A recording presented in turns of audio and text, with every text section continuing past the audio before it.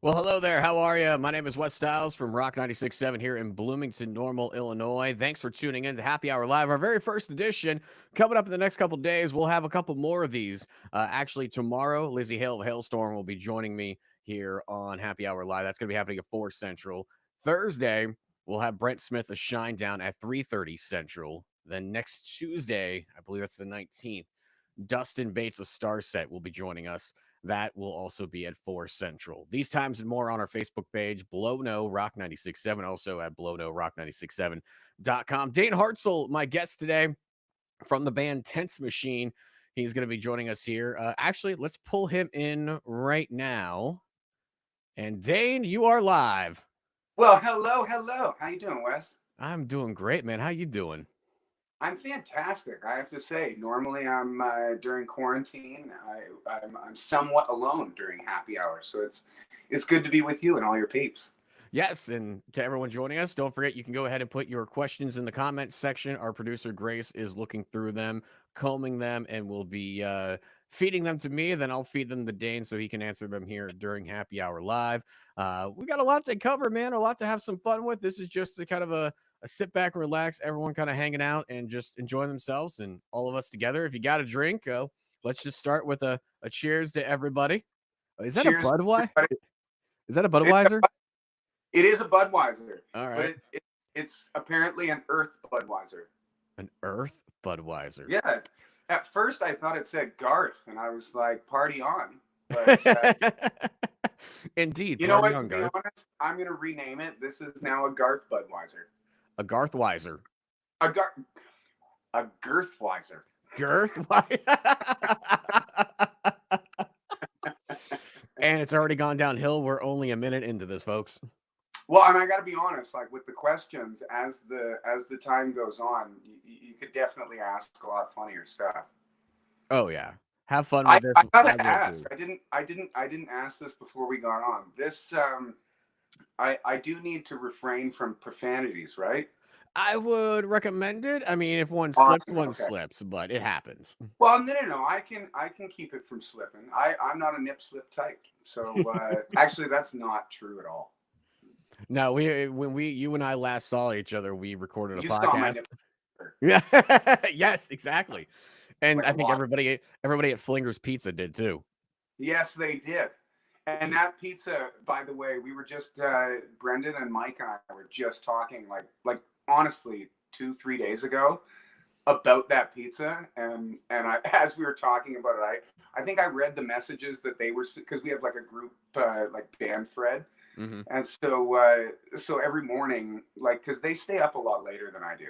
And so every morning I'll wake up at like 6 or something like that and start reading through what they've wrote, and it's kind of hilarious. It's like I get to read like a Tense Machine comic book. Um, but no, it was awesome because like it was awesome and not awesome at the same time because nobody wants to crave pizza at 6 o'clock in the morning. Unless it's Yeah, like breakfast pizza. Have you ever had breakfast pizza before? yeah, I With the definitely have had egg and breakfast. like the sausage and stuff on there? That's fantastic. That's good pizza. Okay, but Alanis Morissette, ironically enough, I only ever eat breakfast pizza at like 2 o'clock in the morning after a gig. It's like 7-Eleven has a pretty good breakfast pizza. Okay. Well, I don't know. unfortunately, Do you follow? Like, are you a pizza guy? I am. I'm not like a pizza snob. I love myself a good pie though. Okay. Actually, I think we talked about this when we went to Flingers. I was talking about the bar stool, the pizza guy app. What's it? With One Bite, One Okay. Bite, and and I have to say I got kind of addicted to his pizza reviews, but I think he should definitely be reviewing Flingers. I think you should. I mean, it's the one of the better ones around in the Blono area. I've only been here just over a year now, and it's probably like one of my go-to places to get pizza. I'm sure we're going to be getting comments here soon about other places to go to the next time you guys come to town. So, That's good because a pizza off isn't bad. yeah, not Nobody at loses. Nobody no, loses. situation. You can't lose with pizza at all. I mean, my wife and I always joke that if we ever just say we don't want pizza, we've either got to be sick or there's something severely mentally wrong with us that day. Yeah, honestly, that would be when you would be seeking medical help. Um, I don't know. And I'm talking serious drugs. Like they put you on some like lithium or something like that. Um, Lobotomy is due. Honestly, yes, because when I eat pizza, I look like someone that's had like a partial lobotomy. I just I get like a glazed over look and I start to drool a little bit. Always from the right side of my face, weirdly enough. The fact that you understand that it's from the right side of your face or you recognize that, I don't know. Well, maybe it's just I like the right side of my face better. I don't know. I feel like that's my good side. That's your money shot side? Well, no, not money shot. This is well, hey now. Well, that's the side that pays the bills. I'm sorry. Oh, okay, Let's that one. refrain that. That money shot. That, yeah, that money shot. Okay, yes, but this side, this is like my doctor or my Dr. Hyde, Okay. and this is my Jekyll. I feel like this is the evil. This is the a 26er of tequila side, and this is the I could tuck your kids in. You know what that 26th of tequila looks like then, don't you? You've seen that a time or two, I'm sure. I know it looks like empty. Yeah, the next morning sure. when you're waking up going, oh my God, what did we do last night? Funny enough, I will say, in my lifetime, I've never had a hangover from tequila. Okay, from tequila. All right, I'm about to say, if you never had a hangover in general, kudos to you. No. I've definitely had a hangover, but I feel like at that point, I kind of, I just assumed that it was just alcohol poisoning. Got a message here. Aja, that's what Grace sent to me. Says Tobin's Pizza, which I recommend as well. Tobin's Pizza is a fantastic pie. So next time you guys come to town and you guys want pizza, we'll take you over to Tobin's and we'll do a Tobin's over there. Okay, wicked. I like that, and we definitely did. I think it was you that told us about Tobin's. Yes. Or someone else said that Tobin's was the other one to go to. Yeah, definitely check out Tobin's. I feel like though, like an awesome thing to do would just be not eat for 2 or 3 days, and then we'll just go to all the places. We'll do. You guys just take 2 days off on the tour. We'll do a food tour here in Bloomington Normal, and we'll just have some fun with it. Man, I feel like if you never saw the band Tense Machine like in person, you just heard our talks, you would think that we were like 900 pounds. Right, because of all the food talk. Because all we talk about is food. You know By what, the way, though? Like, realistically, we're doing that for the people. Because if we weren't talking about food, we'd probably be making terrible, terrible jokes. Well, I don't mean bad taste jokes. I just mean terrible. They wouldn't be good. I've heard some of those between the three of you. Yeah, of course you have. In the time that you guys have been together, it's just speaking of the food conversations. If you've checked out the Styles Cast over at blowno rock967.com, when you guys were in town a couple of months ago, there was an incident. Let's just go ahead and tell that story real quick about burger rage, and we'll get to the coining of a new phrase that you and I talked about before getting in here. So let's talk about burger rage. Tell the story for those watching who have not heard this story. Okay, so if I can set the scale, and I need to. By the way, hello, Rex. Rex is with me. I need to do the like Dr. Claw type thing. That just made me look old. Okay, so if I can set the stage, we had finished a gig. It was probably, I'm guessing 2:30, 3 o'clock in the morning. Not early. And we always okay, fine. He doesn't want to be Dr. Claw's assistant. Fine, but do your thing. Have your Budweiser. Go ahead. He just wants to sit next to you. He doesn't like Bud. He's got higher taste. He only drinks Champagne. I don't know how they pronounce it, but anyways, point being, to set the stage, we're driving to get food. Always after a gig, we would try and find something. Even in the Dead Set days, it was like the second that we got out of that venue, Mike, Brendan, me, Reed, we were all sitting on our phones wondering, okay, what's open, what's close, what can we get to eat? Normally it was McDonald's, and the first part of it is when you drive up to a McDonald's at 2 o'clock, 3 o'clock in the morning.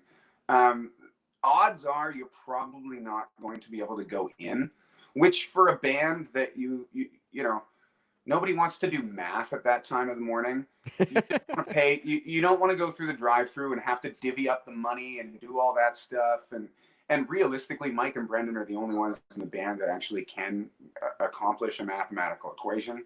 And so I'm left to be the one that can't. But anyways, point being, there was one night where we had gotten to the McDonald's, and we went. Now we called it the Walk of Shame to check if it was open, because once you get to the door, if you go to open the door and it's locked, it's like you look shameful and you feel shameful, and there's a burger sadness that happens at that point. But fast forwarding, we go through the drive-through, and when we go through the drive-through, the guy in the drive-through didn't want to serve us because Brendan, when he went to go check the door, made kind of a joke when he went to open the door and it wouldn't open, and he pretended to like jerk on it and wave his hands up in the air, but like he didn't actually jerk on the door. And he came back to the van, we drive through. So the manager like actually got mad at us while we were going through and scolded us, being like, you know, we didn't want to serve you because you were being unruly or something like that. Anyways, point being, we go through, we order our burgers. Now, I don't like to eat before a show, and so my orders after a show tended to be a little bit much. And so I think I ordered seven burgers that night or something. And Mike, I think, ordered one. When we got through the drive-through, everybody got their stuff, and I was divvying out everybody's stuff, and I had a moment of panic. My heart sunk. I felt the actual van start to shake. I realized later that I think it was my own rage. They had not put Mike's burger in. So one missing burger. And so there was a missing burger. And Mike right away, I think, felt the earth shaking and was like, okay, I need to do something about this or Dane's head is going to literally explode. And so he's like, dude, I don't care. I don't want the burger, because we're already like we're you know few minutes down the road, and when you're 2:30 in the morning, you got to be up for radio or whatnot the next morning. 10 minutes is a lot of time at night, and so we just wanted to get back to the hotel. Mike was like, we're not turning around, like let's just go. And so Mike said, or no, it was one of my burger, I can't remember. Anyways, point being, I was like, no, Mike, I'll give you one of my burgers. I don't care, but I'm calling this place. Well, hold on. Before you continue with the story, the story, Mike's already piping on and leaving comments for us. He says it was 2 cheeseburgers. One burger missing is one too many. So, hello, Mike. Thanks for watching. I feel like we need to include you in this video. I feel like I need to. Sure. All right, hold on. Let me send him the link. Go ahead, continue. Oh, that's wicked. I didn't know we could have everybody on. That's amazing. Oh yeah, I'll send him the link. Go ahead, continue. So I called the place, and I will say I'm not proud of the tone that I had, but I think I started it somewhat cordial, and the nastities came about 30 seconds into me talking, but. Or maybe not. Maybe Mike will tell you soon, but like maybe 10 seconds into me talking. Anyway, point being, I got to a point where I was just like, effing, and you didn't give us a, and I stopped for about a second. And the person on the other end of the phone, literally, I poop you not. The person on the other end of the phone goes, "Well, F you!" and hangs up the phone. And I was so beside myself. And I told the guys what had just happened. And they all went quiet when I started yelling. Now, are you typically like, do they get quiet if you rage at all in any But that's instance the thing whatsoever? there's very few instances where any of us have raged. And so like Brendan and Mike and I, like I think to be honest, Brendan and I have the nuttiest tempers, but it takes us a long time to get there. Like it especially Brendan, he can hold and hold and hold and hold and hold. And I'm gonna do the Family Guy and hold and hold and hold, hold and hold for so long. But I swear to the heavens above, you do not want him to stop holding. Me and Brendan definitely have some good tempers, but I think that we're all, the three of us. Mike, I don't think I've ever seen Mike lose his temper. But Brendan and if I can pat us both on the back, I think that we're pretty darn good at holding them until we really need to pee.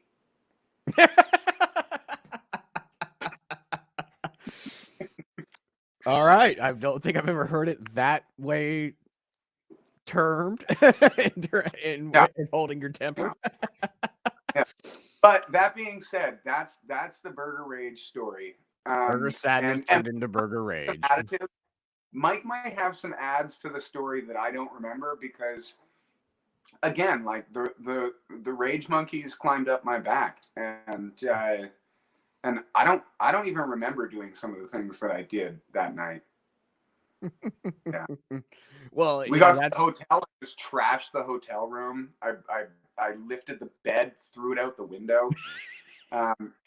I took gasoline and painted a hamburger in the parking lot. The outline of a burger.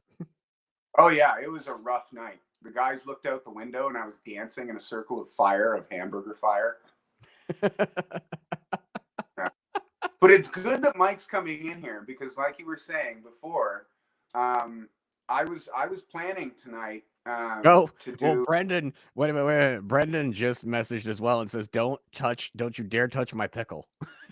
So Brendan's watching.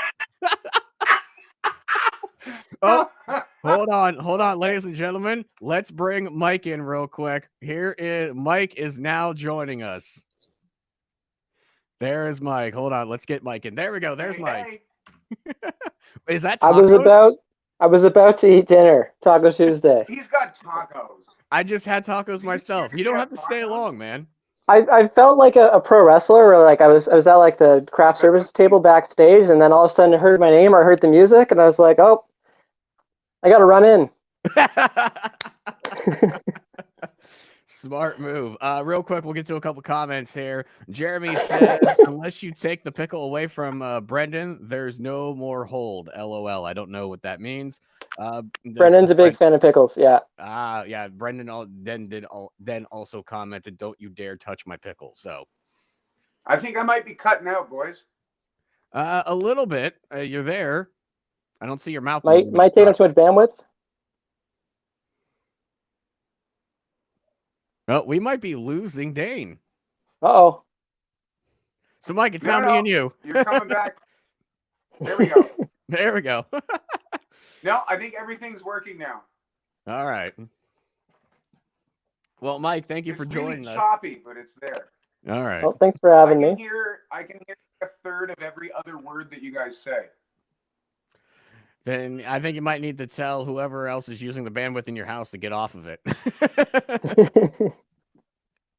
No, I switched to LTE just to be sure. Just to be serious. He wanted to be. He might have LTE rage in a second. Hello. You're there. We hear you. But you're not moving. I have no picture. Out because you guys are No. You guys are just trying to talk crap about me about burgers, and that's why this is happening. Mike came on here, and he's trying to show me up because he's got his tacos. Okay, now I can hear you guys though. All right. Well, you're not moving at all. It's still the same frozen picture from your end. It's got your good side though, Dane. You're good. Yeah, there you go. Again, we've got Dane Can you and see Mike me moving from. now? No. Yeah. Oh, it's really? Funny. Yeah, because it's funny because I can see Mike. I think it's clear as day. I think because we've got multiple people on here. Yeah, you want to kick? You guys can vote me off the island. All right. We'll give that a try. If not, Mike, I'm inviting you back in. So you go eat your Taco Tuesday. We'll talk to you in a bit, man. Sounds good. Bye. All right. Thanks. All right. Let's see what you got, Dane. Come on back. Hello? Oh, dude. I think it was that. We should take turns. Me and Mike can tag team.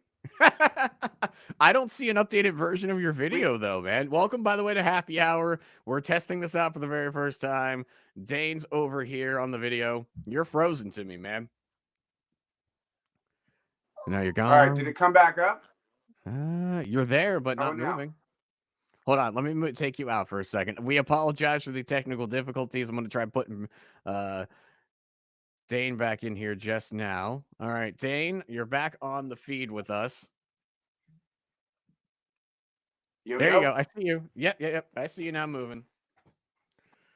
There we go. Shake it, man. Shake it. Show us some dance moves. Honestly, are you catching like how precise my movements are? You're a little matrixy, little pixely, okay, maybe once in a while. If you're moving too fast, that might be because you're just a ninja, man. You're a ninja. I was watching Wipeout before this started, so I feel very nimble. Okay. But no, I was gonna say Mike and I could like tag out, and we could be able to say we tag teamed Wes. Hold on, wait a minute. There we go. Mike is still in the feed with us. Oh, that almost worked. Yeah, it almost. Man, it's cutting out. How about you go ahead and disconnect, come back in. You got the link to get back in. I'm going to pull Mike in, all right? Crazy. Dane, disconnect, come back in. I'm going to pull Mike in. Hey. Am I frozen? All right, Mike. Oh, sorry. I didn't see you there. I didn't see you there. What a perfect moment. Hopefully I don't have stuff in my teeth. Jeez. Give me some warning. Well, Dane's was all choppy, so I had to pull him out and tell him to go restart and come back in. Sorry about that. That was perfect because you're like, no, that's okay. You know, you think when you do it live, these things they're gonna happen. You just gotta be ready for it. Exactly. So, well, I apologize for interrupting your dinner, but thank you for joining. That's okay. That's okay. Oh man. Wait a minute. Brendan also says there's no point in eating food without the pickle. I wanted to just say a quick pickle story. Okay. Which probably sounds weird. But yeah, no, Brendan is definitely a pickle fan, and when we have off days and stuff, we usually go to a Walmart or somewhere and grab some like normal food, just bring back to the hotel room. A jar of pickles is usually on the shopping list for Brendan. We have our cooler with us. You can imagine what it's like having a cooler with ice, which turns into icy water, and then a jar of pickles in there. If that jar of pickles starts leaking, now everything's got a nice hint of dill to it. So yeah, there's some. And you guys keep like lunch meats in there too, I'm sure, like turkey and yeah, stuff. you try to keep some normal stuff in there and try to keep the water low so you're not causing those problems. But I do remember one time in particular where his jar of pickles had opened a little bit and there's just pickle juice into everything. And when you open, as soon as you open the cooler, you're just like, this is not good. This is too much pickle. Man. But I don't know. You see, this is why I could never be in a band and tour. Respectively, you guys are in a van. You're not doing the bus thing, but you're doing the van. It's just the three of you. Yeah. And the last time we saw you, when you stopped into the studio here at Rock 96.7, you guys were in the van with all your gear packed in the back, and then you just what I think maybe one row, one bench, and then the two front seats, was it? Yeah, and it was awesome. Like it sounds funny that it'd be awesome, but it's awesome touring without a trailer. Well, I'm sure for driving in general and not having to, if you're in snow situations, having to worry about that. Yeah. But as So, far as comfort though, like it's still not that bad because like not to say when you've had worse, you're much, you're happy with what you got, but when you still got enough space to lie down, enough space to kind of have your own space in the van, and then know that all your gears is in the van with you, you can kind of keep it warm when you're driving. It's just there's a lot of things that were nicer about that. Obviously, if you got a bigger tour, bigger production, it's just not practical. Like you need the extra space, but when we were doing logistics of all our gear, and we're just like, we might not need a trailer if we just downsize a little bit. So Dane brought a smaller amp, and Brendan brought his 410 cabinet, and just kind of pared stuff down a little bit, and just made traveling a lot easier. Brendan says refreshing pickle water on a hot day.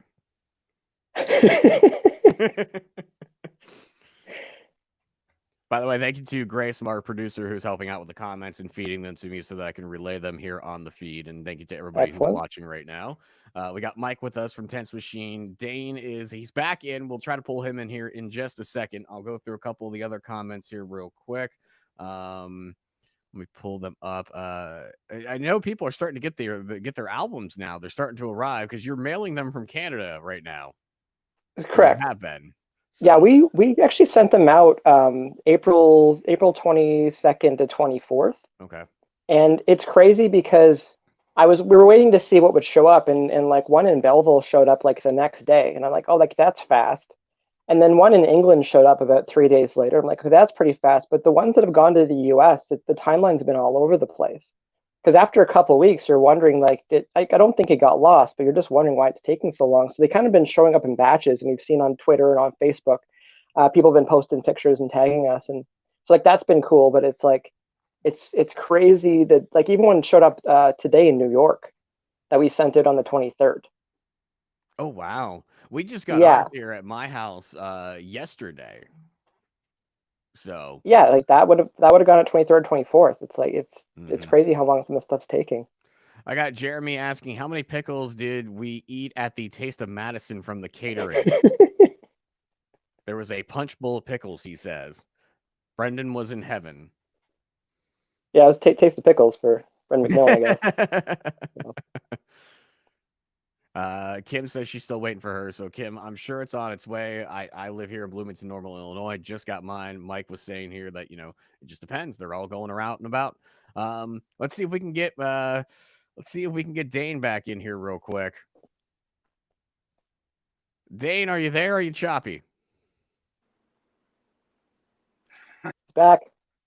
I'm definitely there. It's choppy, but I'll deal with choppy waters. I like you guys. Well, wait. Now I can't hear a damn thing. You can't. Well, we didn't say anything.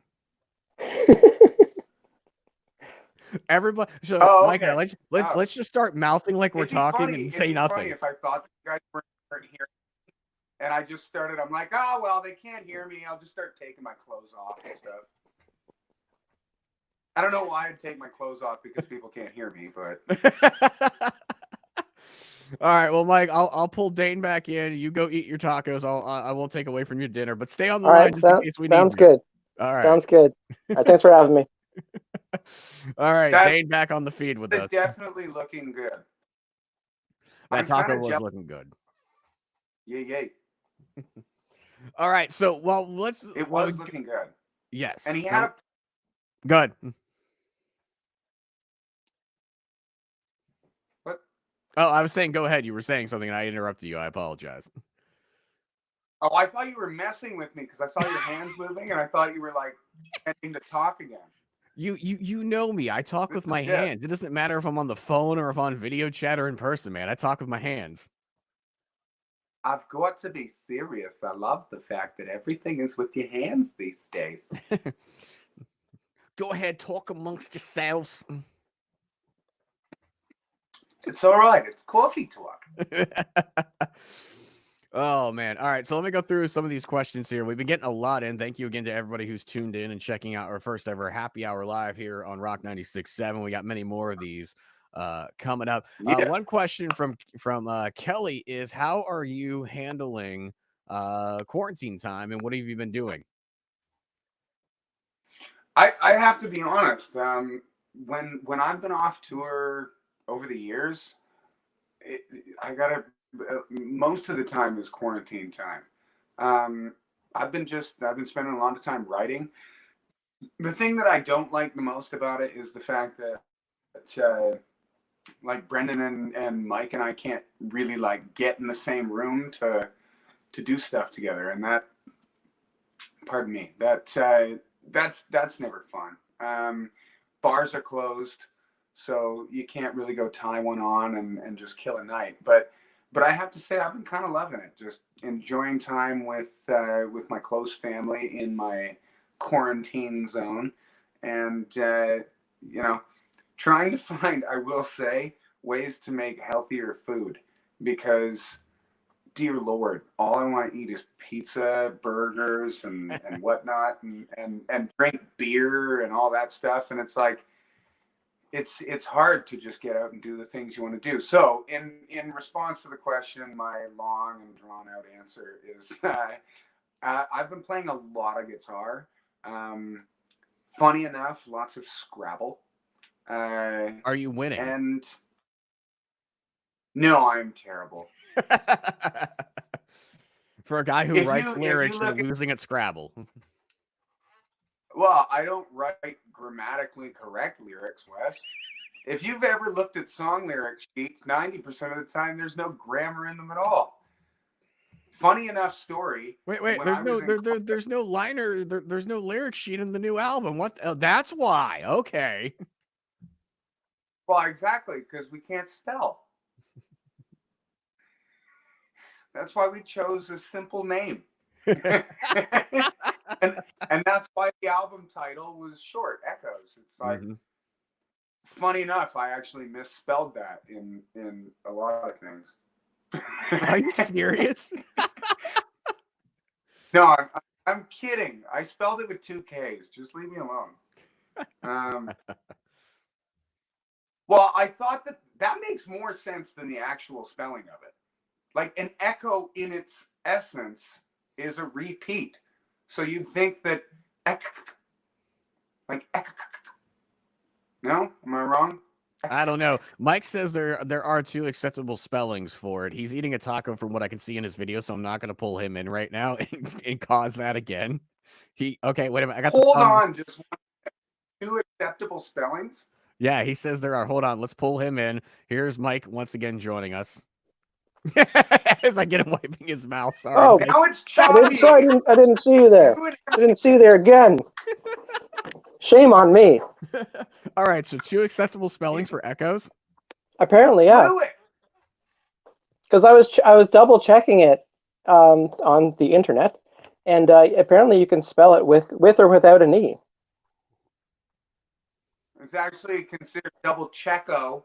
And it's not just like a Canadian or American spelling. Like, it's legit. You can spell it with or without an E.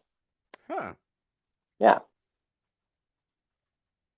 All right. But 2 E's you can't. You can't put 2 E's in there. Oh. Okay. Yeah. All right. Well, Mike, I'll let you get back to your taco. Thank you for the spelling. All right, sounds good. Thanks for having me. There you go. We now have a lesson in grammar with Mike there. Okay. I have to be honest. It's kind of amazing. Mike kind of, he's like the little thing on our shoulders that keeps telling us. Actually, it's not unlike real life. Do you know how many times a day probably I message Mike being like, "Hey man, I'm doing this right now. Should I do this or should I do that?" And Mike's response is normally the same. It's normally like, "Well, what do you think the right answer is?" He really, he's right. He's truly, and then like 5 minutes later, I'm like, "So you mean I should do this?" So you're saying he's truly the dad of the group then? He's got to keep you in line. I was just I was honestly just going to say Mike is going to make an amazing father because he has to deal with me. And I will take full credit for his amazing dadhood. Because like if you can manage all this, a kid, honestly, like that won't even be a thing for him. He'll be like, you think you're being bad. You don't even understand what your Uncle Dane did. Oh man, that's like when I first got into radio. I had a guy who was a shock jock Howard Stern style person, and I was a minor part timer. But my boss at the time, it was teaching me how to deal with him. He's like, because one day he's gonna be managing people, and then you can say, you know what, nobody can compare to you because you were the worst.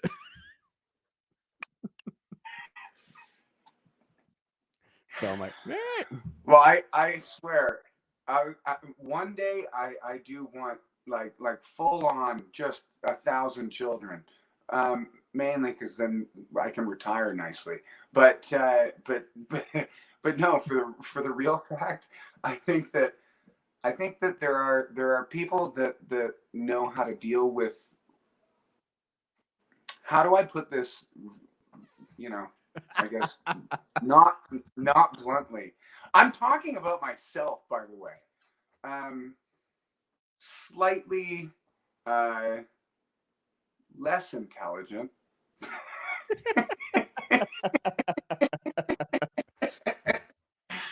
But no, that is one of the things I love about our band dynamic is we all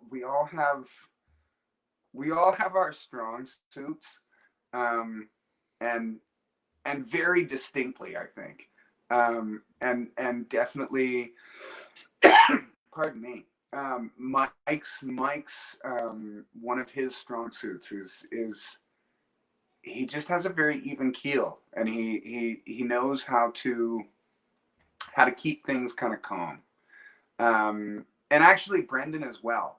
Because there's been times on the road where I get upset about something or whatnot, like hamburgers. And, well, man, and I mean to.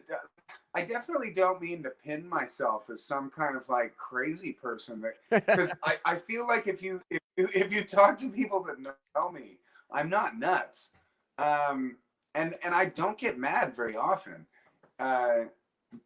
But yeah, Brendan is definitely, he's always, I will say, the one. He's got more of the he's like a slapstick kind of humor in the face of anger, and so like anytime that I've been really angry and Brendan's been around, he'll always say something that I swear it doesn't matter how mad I am, I'll start to laugh. And Mike is very much similar, and so there's been times where, but Mike is more deadpan, and so I don't know necessarily if he's trying to make me laugh or if he's serious and he's like, no, you're a dink biscuit. All right, well, I'm gonna bring Mike back in here real quick because we coined a phrase before we jumped on here live, and I think Mike needs to hear it. Okay. Yeah. All right, so Mike's back in. Mike's back in now with back in. Handle it.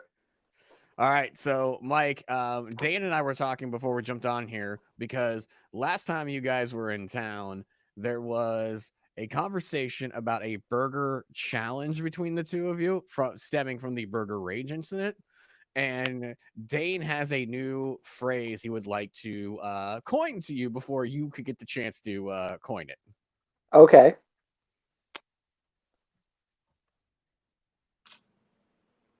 If Dane wants to pop in. Oh wait, am I talking now? Yeah, you're talking now. Yeah, Dane, I just that was your intro. I can't tell. Stop it. All right, so this is what I'm gonna say. This is my pitch. This is where I gotta do this dramatically correctly. Oh yeah! You want to feel the burger intimidation, man? Oh yeah! I'm gonna eat the burgers. I'm gonna put them in my mouth. I'm gonna swallow them down my hole. I'm gonna eat the burgers. Oh yeah! Oh, hell. Oh, I got tears in my eye right now. Oh man. So you're going the Macho Man route. Uh, I would I either. feel like I So was you're trying to do going, the Macho Man, but I'm somewhat dressed like the and Ultimate Warrior. it's burger intimidation. yeah. I would go into it. It's a toss up between $1 Million Man or Razor Ramon. All right, now you got to do both. I can't. I definitely can't do either. Really? I'm not good with accents. Dane knows that. Dane can always tell when it's not my real I accent. feel like you could. You gotta do Mr. Perfect. I don't remember what his He didn't really have an tone accent was. or anything. He was just Mr. Perfect, like He was just nonchalant. perfect. Yeah, Oh. we're definitely on for the burger challenge though. I'm I gotta telling be you. honest. As I said Mr. Perfect, I started questioning in my mind if that was actually a wrestler or not. his finisher was the perfect plex. Yep. His perfect plex for the pin. That was his finisher. When you think back to some of those wrestling moves, Okay. because like anybody that had an older brother, I was the younger brother. So most of those wrestling moves were done on you. And when you like look at them now, you're like, how did every younger brother's like neck not break between the ages of like 6 and 10 if you were kind of like late 80s? Yeah, if you didn't land that perfect plex correctly, or a tombstone pile driver, is not not landed correctly, you're hurting somebody's back. And I've taken one. I'm actually I actually trained in wrestling. And Okay. I've done stuff in the ring, and I've taken a choke slam bad. I've taken a tombstone pile driver badly. Actually, the one time I took a choke slam badly. Because when you do a choke slam, you're supposed to. Oh, here we go, breaking kayfabe. You're supposed to lift up on the person. You're supposed to lift up on the person's shoulder to help get you up for the lift. And when I went to go up, the guy was so sweaty, my arm slipped, and I'm only on my forearm is only on his shoulder. And we both looked at each other like, this isn't happening. So he just whips me down. My legs are up in the air, looking like I just fell off like the side of a building. Like, it's horrific looking. I have video of it. But I hit the floor. I hit the mat, flop over like I'm dead. And the owner of the wrestling organization I was working for came to me afterwards. He's like, are you sure you're not concussed? Because that was so ugly. I thought I had to. I thought I was gonna have to take you to the hospital tonight. It's not good. No, but I'm like, hey, at least I can act. Okay, guys, I have to say, can you hear me, or am I cutting out to you guys too? No, you're fine. Oh, okay. Because it's cutting out enough that all I heard, and it made it a lot more special for me, but all I heard when you were talking is my brother choke slam felt good. That's the gist of it. That's like you got it, man. Pretty much it. You got it. You're fine. I'm making up a very different story in my head. Oh man, that was good. All right, so now we got burger intimidation. I'm saying though, the next time when we are finally through all this crud and you guys can hit the road, we are doing the burger challenge here in Bloomington. I will find a way to get all the burgers necessary, and we will air this live right now, like happy hour live. Everybody, everyone can watch around the world. See, and that's. Oh, I was waiting for Dane. What were you saying?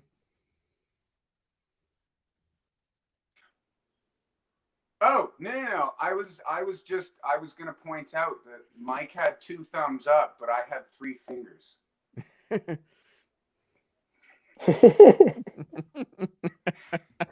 3 beats too, Mike. We'll see on the day, Dane. We'll see on the day. My body with Oh, we're throwing down for the burger challenge and burger intimidation. Who leaves with burger sadness and who leaves the burger champion? I think Dane's been training for a marathon, but he doesn't realize it's going to be a sprint. So I have to be honest. Sorry, Mike. Go ahead. Said you've been training for a marathon, but you don't realize it's going to be a sprint.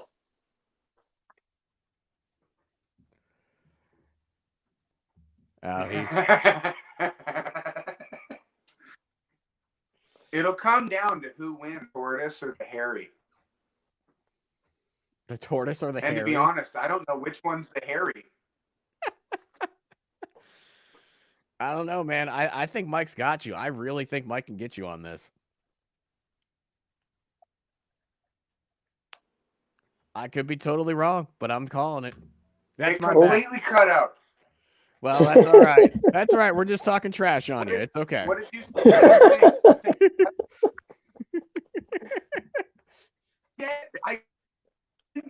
I didn't get to hear. This is the price you pay. Fair. Yeah, this is the price you pay for the trash you talk, Exactly. man. Shoddy Wi-Fi. For those watching, thanks for tuning in to Happy Hour Live. We're not done yet, but this is just this. I'm hoping it's entertaining for you as it is for the two of us. Because okay, all I'm gonna say, if I can get something to close it off, please. If I'm gonna, I need to say something to close it off. If my championship over Mike's burger eating is going to be anything, YouTube Lex Luger, sorry, body slamming Yokozuna. Oh, that was that fantastic. Is going to be the monumental burger. And I'm going to bring in burger satisfaction. Oh. Boom. Laying it down. This is too good. I was gonna do a beer drop, but I haven't finished it yet. Don't do that. No. Yeah, don't kill that. Rex is not gonna like it. Oh, no, he fell asleep. How can he fall asleep with that Randy Savage impression? No, he looked at me with a big look of disdain when I started doing that. Like, oh, here we go. Yeah, as I'm sure anybody else in that house. He's like, it's disdain. Oh, this has been absolutely fantastic. I appreciate you guys. And Mike, I apologize for pulling you from your taco dinner. That's okay. We still got through it. Oh, so. You're through it. Okay, I was like, if I got to let you go, get back to it. No, we're good. Oh, man. Well, this has been absolutely fun. I mean, we're going to keep this going. Honestly, everything I had even prepared for this has been thrown out the window. So out the window, yeah. Yeah. Nothing prepared. Oh, thank you, sir. Hand it right here. Thank you. Hold on. Although if your notes say talk about burgers for 37 minutes, and then the rest of it's just Q&A, that would be on schedule. That works. Yeah, that works. By the way, hold on. I have to bring this in here to the picture. What? What? Thank you to my stepson for bringing it down to the studio. Oh. Wow. Nice. Wow. So whoever wins can take a photo with this as your burger championship. If I can step in for a second. What's that? Oh, one second, Dane. You know how like we complain about with the Grammys, like there's not a lot of like rock acts that get nominated and stuff?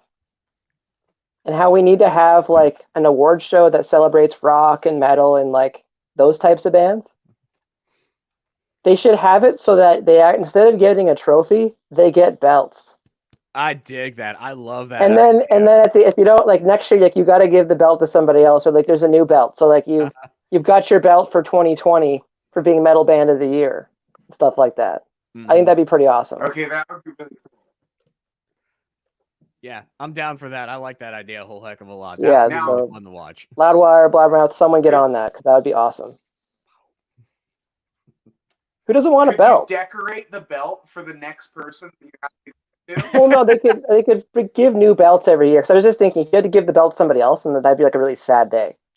Because like a year before would be one of the highest highs, and the next year would be like pretty low. Mm-hmm.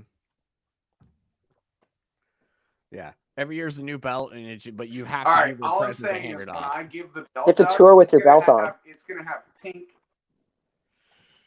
It's gonna have pink rivets and like weird spikes in funny places. You're totally gonna glam the crap out of that thing, aren't you? He's gonna make that the most Motley Crue glam rock looking thing. It's gonna look like Steel Panther had that belt for a year. Yeah, they're still going to look at it and go, that's too much. Even Steel Panther be like, nah, dude. They're like, Literally, hey, when you look at tone it, it down a you're gonna bit. Like, are you making fun of us or what? We're not can't really tell right now. Because I'll be designing it with sunglasses on. So when everybody else looks at it, it's gonna be too much. Corey Marks wrote that song about you, or Corey Hart. Corey Hart. Wear my sunglasses at night. Well, if he did, I appreciate it, and he's a very nice man. But I'm happy right now, and I'm not looking for anything. Oh man. Oh, I don't want to wear his sunglasses at night. So what's one song? All right, let's ask that real quick because that is such a classic and great song from the '80s. Have you guys ever covered a song in any of the groups you've ever done that you really enjoyed doing, or maybe even because the other members in the band you hated doing that song? I can hop in on this. All right, go ahead, Mike. Take it. Dane, Hill's Wedding. We did a Guns N' Roses song. What song did you guys do? Yes. What was it? Oh, I think it was "Sweet Child of Mine." Sweet Child of Mine. For some reason, that was like, it was just a really surreal moment for me because we were playing our friend Hill's sister's wedding, and it was like beautiful wedding, really big, and like I'm in like I think like in a suit, and like Dane's in his like wedding gear, and like this is just a weird thing, and Hill was in like a dress and like playing an SG and just killing it, and I was like, this is fun. Now, were you guys scheduled to be at this after wedding? That. Oh, go ahead, Dane. Sorry. No, we just crashed it. We were looking for some food. We got gypped at the last fast food stop. So.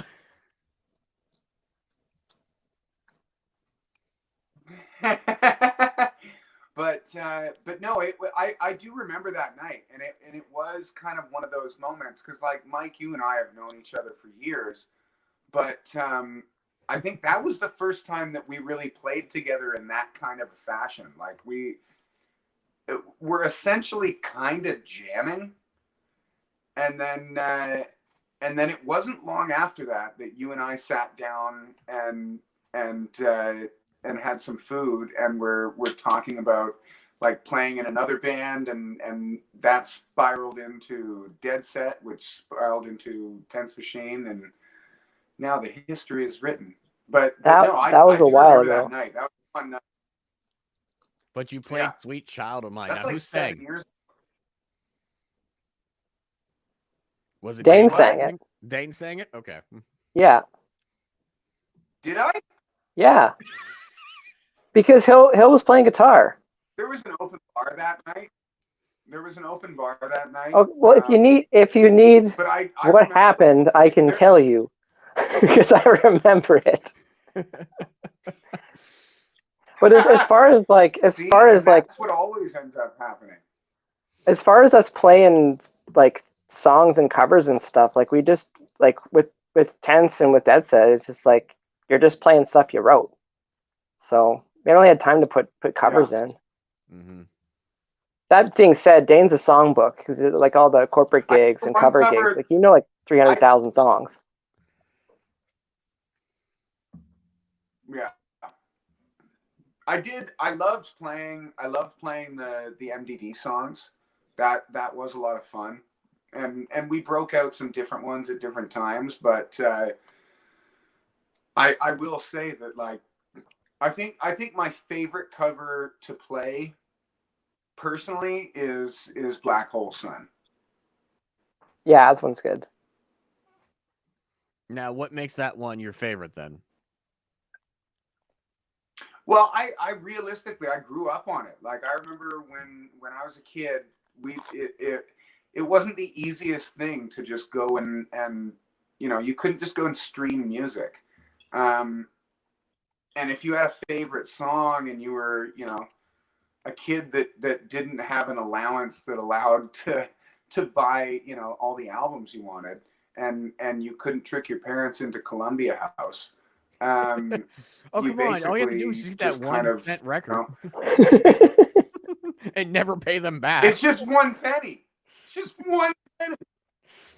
But no, I still remember the worst of that was a New Order album that I got. But anyways, point being, it was a different thing to sit and have to wait for your favorite song in the countdown every week, or wait for your favorite song on the countdown on the radio, and so it does speak to that kind of different generation. But I some of my favorite memories are sitting there with a VHS tape and my VCR and waiting for, whatever song that I wanted to record, and popping the thing in and pressing play right in time so that I caught it at the beginning of the credits and got like my favorite songs video. Like that's one of my favorite nostalgic memories is doing that with my brother, and running out when he missed it and being like, I just got Soul Asylum's Runaway Train. Yeah, got it. And so that was a cool thing. Yeah, I remember growing up and taping songs off of the radio, sitting there with my cassette, waiting for it to go. I used to always hate when the DJ talked over the intro of the song. And now, DJ, who does that for a living? Hey, Wes. Yeah. Is there an 80s song you'd like to hear Tense Machine cover? An 80s song to have you guys cover. All right, well, we're going to open this up in the comments too. So those of you watching, post them up in the comments. That's a great question. What have you guys talked about so far? Have you guys talked about anything like that? I'm trying covers to think. In general. Well, no, 80s covers. I'm trying to think here, man, because I'm trying to think of Dane's voice, and that's a great one. We haven't really talked about covers, but we definitely haven't talked about 80s covers. I think, wow, you almost have to go like a. I don't want to even go like a rock route. You almost got to go like a pop or a pop rock route and have some fun there with it, because the expansion you can do from that. I'm drawing a blank right now because I program our. Yeah, I would feel like some Duran or. Yeah, I can see that. You know what? No. Here's what we'll do. Find a female to do it with you and do the Had the Time of My Life song from Dirty Dancing. What song? Sorry. The song from Dirty Dancing. The theme. Time of Your Life? Yeah, do that one. Get a code with you. Well, don't you have another band on this week that's female fronted? Oh yeah, we got Lizzie tomorrow. We can get Lizzie to do it. Maybe ask her. See if she Oh, hold on, wait a minute. We're getting some feed in now. We've got Tainted Love by Kim. Kim says Tainted Love. Jeremy says Slaughter or Firehouse. That sounds like a Jeremy answer, yeah. Also, okay. Kim is also suggesting Gary Newman Cars. I can play that. You cut out? Gary Newman and Cars. Oh. Okay. You'd know it. You'd know it to hear it, Dave. Here in my car, I feel the safest of all. I can lock all my doors. It's the only way to live. No, I That's exactly how it goes. You're all welcome for my crappy karaoke. Good night. Happy hours. As I pull my earbuds out while it's bowling away in the wrong direction. And this is why my equipment breaks. I definitely I could get down with that one. All right. Dave's breaking out his guitar right now, so I'm waiting to see what's about to happen here. What? Huh? What? ya. Okay. I was saying you're breaking out your guitar, so I'm waiting to see what's about to Oh happen my god, here. you're okay, bro. What's that? Oh no, I was just trying to play that. Anyways, yeah. No, finish. Finish. I'm not gonna get into playing. No, that, sorry, I was censoring myself. Good man. Good man. I Don't appreciate tell, that. don't tell me to finish, Wes. Don't tell me to finish. Oh man. Hold on, we got another one coming You're in. putting too much pressure on me. Stacy says she got her CD today, so It made it. Thanks made again it. for doing it, Stacey. Again, thank you to everybody who's checking out our very first ever edition of Happy Hour Live. We originally scheduled Dane to be here, but Mike's joining us as well from Tense Machine, so it's been an extra bonus edition of the, which has been fantastic. Yeah. It's a lot better though.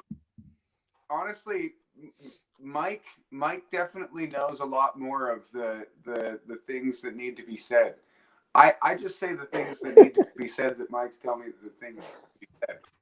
And especially when Happy Hour gets going farther into it, I don't know any of the things that need to be said. Do you, Mike, have to be like his father figure on tour? No, I don't think father figure is the term for it. Babysitter? Our relation, I think we're more brothers What? that way. Okay. Yeah, because there's some stuff definitely. that if I was in a parental situation, I think I would shut Dane down a lot more. But it being a sibling type relationship, where you just kind of let stuff slide and just kind of nudge him back on the rails if things get a little too crazy. And Dane's laughing big on that one. That is fantastic. No, we I think definitely I was gonna say, I think too with like I'm not a parent yet, but the idea of like with parenting, I think like the ultimate like disciplining your kid would be to be disappointed in them that they did something. But with a sibling, you can just be mad at them for a second. You know what's funny is before we popped you back into the feed here, Dane was commenting about how you're going to be a great parent because of having to deal with Dane all the time. Dane, cover your ears for a second. I hope they're not like him. Okay, you're good. You're good. You're good. You're fine. I'm just joking. We love you, Dane. You do have a lot of patience on the road if you're tour managing, though. I'll say that. Well, yeah, if you're playing that dual role, no doubt for sure. Again, thanks. I wonder, because we talked about the idea like when we get to a point where we can afford to bring out a tour manager. I'm like, I wonder what it's like to just not care because someone else is dealing with things. Oh, Dane's over there doing this and that. You know what? It's his problem now. It's not my problem. That's somebody else's problem. Someone's late for bus call. I don't care. Yeah, I pay that person to handle that problem. Yeah, I gotta be honest. We've never seen Mike in that situation, so we don't know if Mike might turn into a Dane. Mike might have a shutdown because he's not in control anymore. Like here's where we need you to be. Here's where you gone. But yeah. No, I say that with love. I don't mean to say it as in like Mike's like the dad, like he's the party pooper, because he definitely isn't. I pooped on the party, like, Dan. We know that. As he said. Pardon? So I've pooped on some parties. We both know that. We got to leave. We got to go somewhere, and it's taking forever. Well, no, you just typically are the one that is okay with everyone thinking that you pooped on the party. But but no, I think that at the end of the day, it is important to have you know, band members that you are somewhat accountable, and it's not like you're trying to police each other or nag on each other or anything like that. And I don't think that the three of us ever take it that way. But different times, and I think Mike would admit there's been a couple times where somebody has kind of made light of, you know, making more of a fun time, and Mike would be the first one to be like, okay, you know what, yeah, it is a day off or whatever, let's make a fun day of it. So I don't want to paint the picture that Mike's like the Colonel Clink or something like that, and coming in and being the reigner of all parades. It's just most of the time, you know, I do tend to go more towards the other side of the fence. So having somebody holding my underpants, going, no, stay on this side of the fence. No, come on back now. That is a good thing.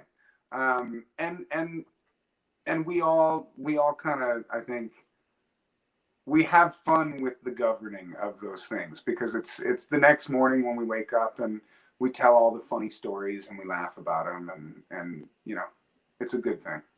Who's typically the driver in the band, or do you guys all share the duties? Brendan.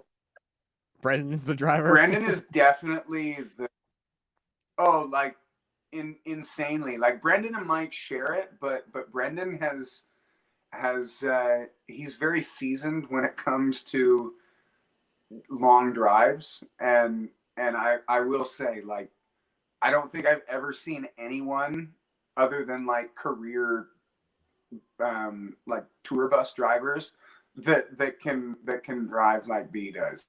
Now I will say, I think that we've all, like Mike and I have come to learn, like, when B's had too much, because like he'll push through. He's a trooper, and he won't put us in danger, but like he'll push through past the point of him being comfortable.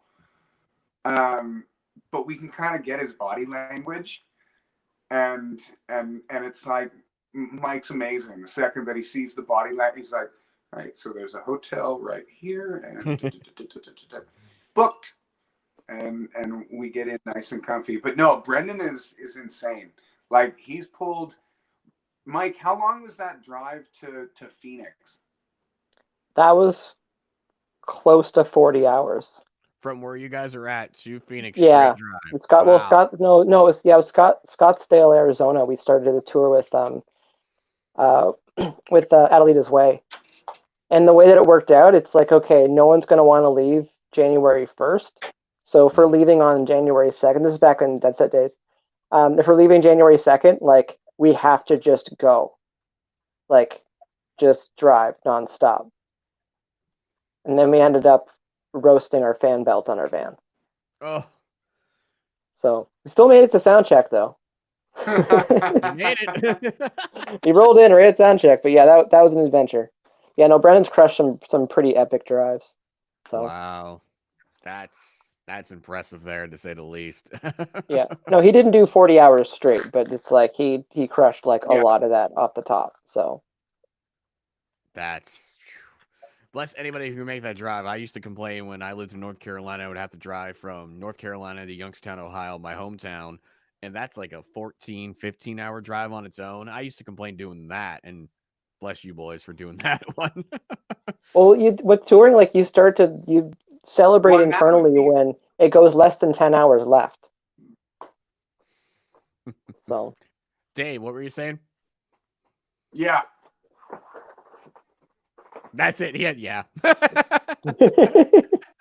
He just said yeah. Honestly, though, I still remember the most treacherous drive that I remember was, we were going through West Virginia, and we were going through this like crazy mountain pass type road, and like we had the trailer at this point, and so there was no way to, like, we couldn't turn around, we couldn't back up and go back down, and it got to a point where you couldn't see the road past the dash, and so Mike actually had to get out.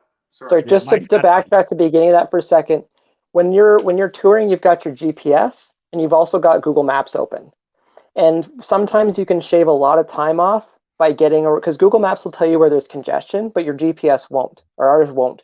So like sometimes you see these shortcuts And you're like, okay, well, if we take this road here and we go this way, like we can shave like an hour and a half or 2 hours of just going around traffic by taking a couple side roads in some of these places. This was one of those shortcuts. Dane, carry on. I love he keeps fiddling with the light. What? You keep fiddling with the light in your room. No, Rex was growling at the cat outside. So Because the cat keeps kicking his butt. I was trying to manage the animal. Well, yeah. But anyways, we're on the mountain. Back to the story. All right. We're on the mountain. But anyways, back to the story. So Mike had to literally get out of the vehicle. So Mike had to literally get out of the vehicle and guide Brendan up the hill, because and there's cars behind us waiting, and luckily they weren't like honking, because I think they probably, because on one side of us was like rock face and on the other side of us was death. like a good couple 100-foot drop. Well, even the car behind us, they were wondering, like, we shouldn't be here, and they're in a car. Luckily, so that's saying something at that point.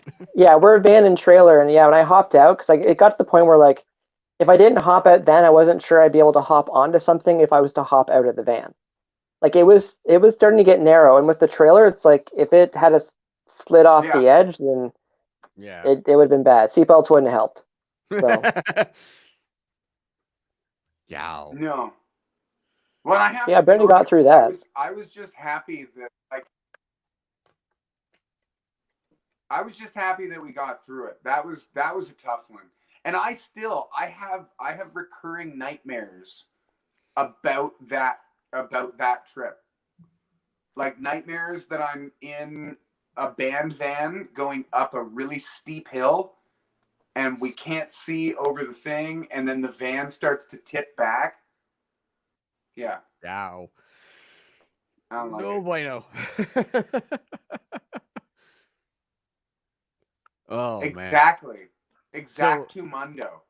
So, all right. So what have been, maybe, let's go through, with that being said, give me, each of you, one of your worst tour stories that you've ever had.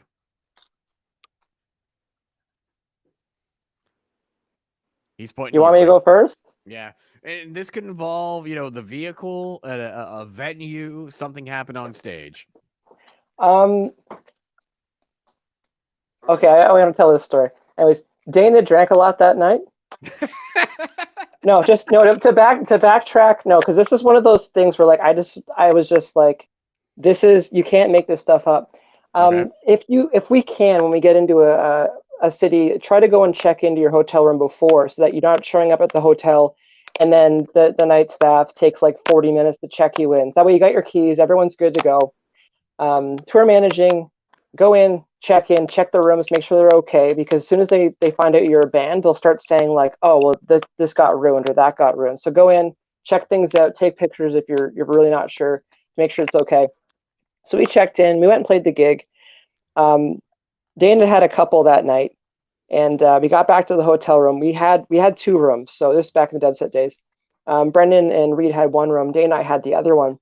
And I remember kind of like running around fixing things. Now, Mike, if I can interject for 1 second. Yes. If I can interject for 1 second. Wasn't that the night that you guys kind of dubbed me as the one that had to drink with the bar owner, and we finished that bottle of whiskey? I think you were voluntold to do to do that side of the deal. So, but yeah, you stepped up to the plate, knocked it out of the park. But anyways, we got back there. I think there was something wrong with one of the rooms, so they had to kind of get that changed. And then I went back to the room that Dana and I had, and there was just vomit all over the bathroom. What? And I was like, how did he get up here before me?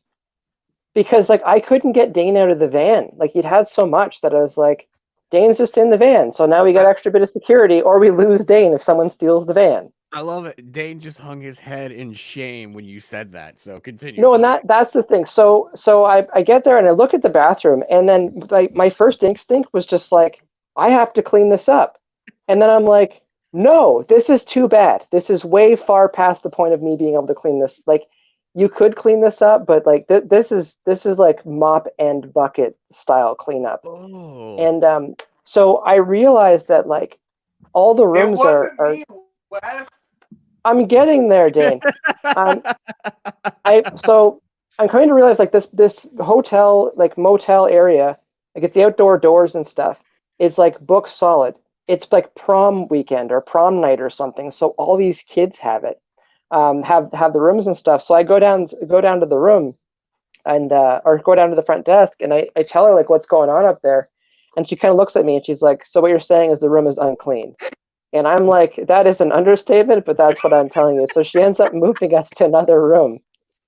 And then I tried to get Dane up, finally got him up, and like because again I ran over to Brendan and Reed's room first, and I went over to ours and I was like, how did Dane get up here? Because like this guy walking upstairs, no, physics was it like physics in the human anatomy and blood alcohol level, everything. If you put that onto paper, you'd say not making it up a set of stairs, not making it up a curb.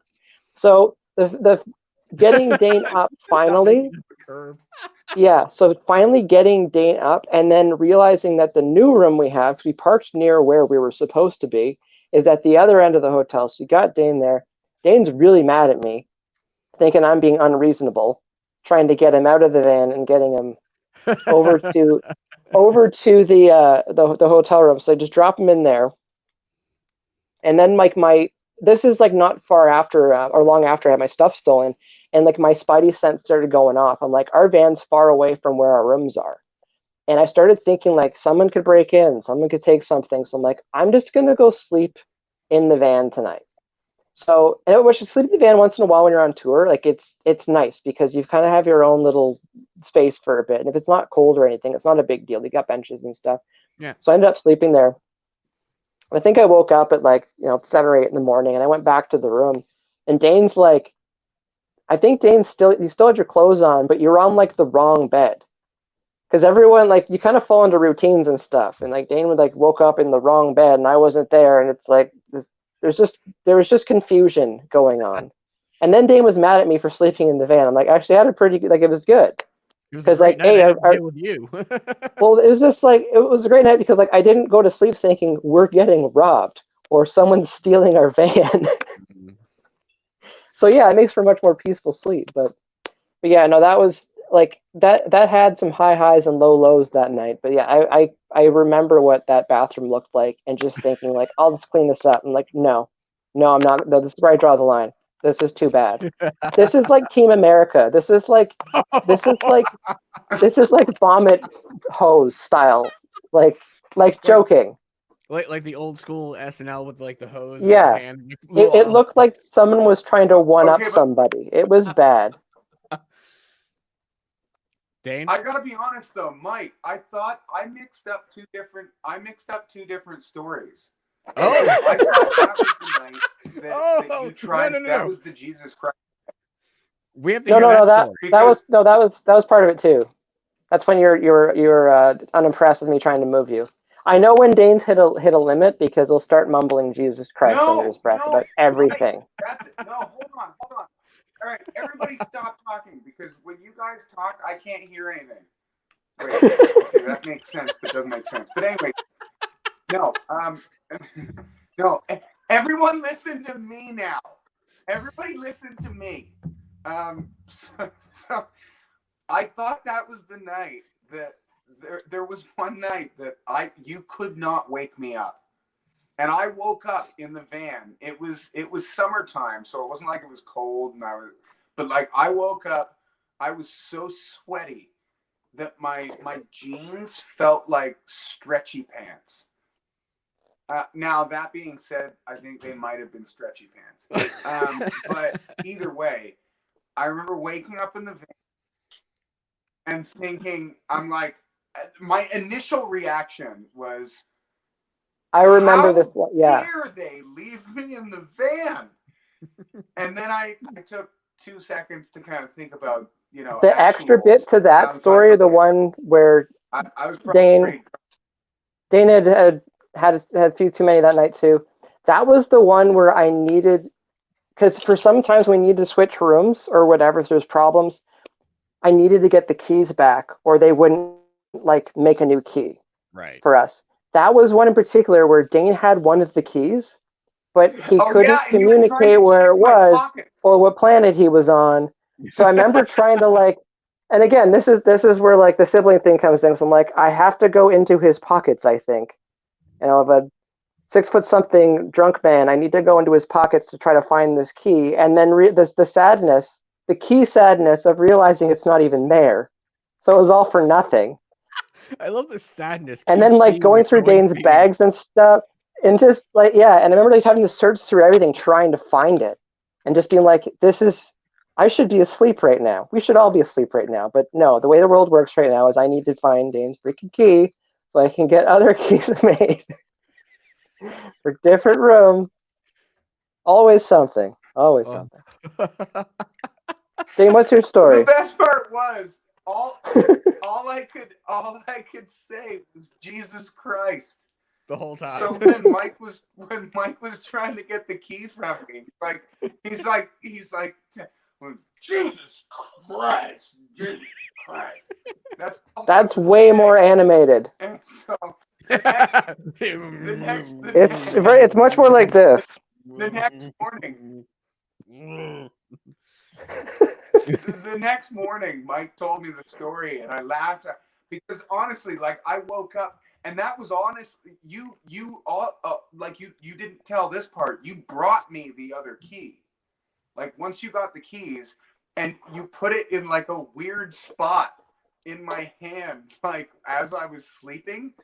So like I woke up with like my phone and my room key just kind of like in my hands. I was like, oh. Okay, See, that alone would have been like 10 minutes of me. That would have been like 10 minutes of me moving the key around, being like, will he see it here? Will he see it there? Does this look weird? Or like, yeah. That's why my brain works. Is he going to realize where it's at? No, because like my brain would think about that. Like I would put it in his hand, but he might drop it and not see it. So like maybe I'll just put it in his coat pocket, but then he might fall over and fall out. Maybe I'll just put it in his hat or something. Tape it to his glasses. It's always something. Life is a tour manager. All right, so that's yours. All right, so yeah, Dane, what's yours? So that's yours. And then he froze on us. All I heard was that's overhearing from you. That's all we're hearing from you, Dane. I'm getting a really good sense of how to adapt to hearing only like one syllable per word. Okay, well, before you continue your story, our producer, Grace, who's been gracious enough to hang in there and be with us the entire time and feeding me the comments, says Dane is kind of like the rock and roll Nick Kroll, if you know the comedian. Love Nick Mike Kroll. knows. The Kroll show is awesome. All right, so Dane, continue. Rock and roll. That's my new hashtag, rock and roll Nick Kroll. hopefully he wants to invest in a rock band.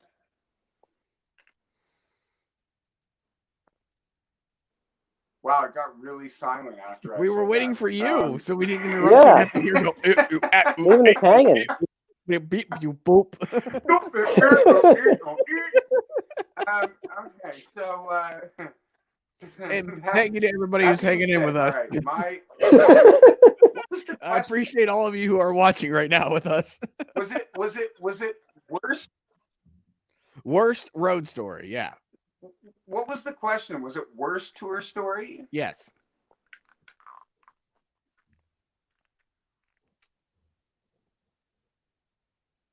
I think you froze. I feel like thumbs up into this asking you like I knew what I was gonna say, and then as I heard worst tour story come out of my mouth, I was like, "There's a few." Okay, I think honestly, worst tour story, worst memory. We were in Abilene, Texas, and we had finished the gig. I went outside. There was like barbecue and stuff like that outside the gig, which was kind of tasty. Not as good as to be expected, but tasty nonetheless. And we went outside the venue, and I was having a smoke of some kind, and Reed ran out of the venue. This was a Dead Set gig. Reed ran out of the venue and came running up to me and said, "Someone took Mike's bag." And automatically I went into like some kind of it was very unintelligent, but a mode of like, oh, well, let's go find him. Scooby-Doo. And Reed and I literally just ran in. I was like, "You go that way, I'll go this way." And we just ran. After about 5 to 10 seconds of running, I was like, where am I going? I don't know where I'm going right now. And so I stopped and I kind of looked around, and I think it was almost like when a car breaks down and I open the hood, and basically I'm looking for like one of those little computer like help it signs to be like, "Hey, this is what's wrong right here." Little diagnostic. And so I'm running around. I'm looking for somebody that's like running around with Mike's bag, holding it up in the air, like, "Hey, come and get it." And so after a minute, I'm like, "Okay," and I run back to the bar. And I gotta be honest, if it hadn't happened to me, I would have been in like a puddle of tears, just sitting in a corner somewhere. And Mike was like composed, and he said, he's like, "You know what? They obviously needed it more than me." And that's all he kept saying. And I will say that was one of the worst nights that I've ever gone through. Sucked pretty bad. It didn't happen to me. What was in the bag? But yeah, like it was one of those nights where the bag, watching like your best that, my friend bag was like my lose all the office. things that yeah. So I lost like Well, my laptop. like that sucked for the logistics. Sorry, go ahead. Go ahead, Dane. No, I was just because Mike was saying like, yeah, like you lost your laptop, you lost your iPad, you lost damn your like the taxes and stuff. And, well, again, there's sentimental stuff in there. So much work that he put in. Yeah. Like my watch, which is not a big deal for a lot of people, but like it was special for me because I bought it as a gift for myself a few years ago, and like just like accessory stuff that you've had for years. Like don't bring things on tour that you're not willing to like you're willing to lose, have stolen or break. Like you don't bring things on tour that you're like, I'll be really sad if this is gone. So like even with instruments now, it's like I wouldn't bring anything on the road. We're like, this is irreplaceable. Mm-hmm. So, but yeah, no, that night sucked pretty bad. And the worst, like the other thing too is hashtag dear bands. Yeah, like when you look back on how that night all added up, it's like the way the venue was, it was attached to a motel, and it was a free show. So you have people in there that don't really care to be there, and they were just waiting for an opportunity for no one to be at the merch table. Because most of the time I'd bring my bag up on stage with me, but because the venue was so small, it's like I really wasn't worried about it. My spidey sense went off a little bit. Started thinking like there's a lot of places someone could grab a guitar and run off to a room or something. And then even when you're done, you load out to outside, and you're basically outside of a motel. And you've got people milling about and stuff, so you're trying to make sure everyone's where they need to be to keep an eye on everything. And it was during changeover between us and Dollskin that they just went behind the merch table, grabbed my bag, and left. And went right outside, right into a car and left. And yeah, so it's like you try to keep stuff with you at all times, but like there was another thing that night too, because one of the people that was there, they're just like, even if you find the people that took your bag, what are you gonna do? People here have guns, and Yeah, and the thing is, like, Canadians, like, we didn't Yeah. think about that. It's like, what are you gonna do? And then sometimes with people, it's like they might have a lot more to lose than you do if the authorities were to get involved. So they're going to cover their tracks a lot better with where you are in some of these cities and states and stuff. So like, I kind of sunk in. It's like, is it worth trying to find this stuff if it means someone in my band could get shot or stabbed or worse? It's like, no, it's not. Like, and I'm a firm believer. I tell the guys all the time, like, if money fixes the problem, it's not a problem. I've made peace with the things that were gone, but it's like, um, my lovely wife set up a GoFundMe.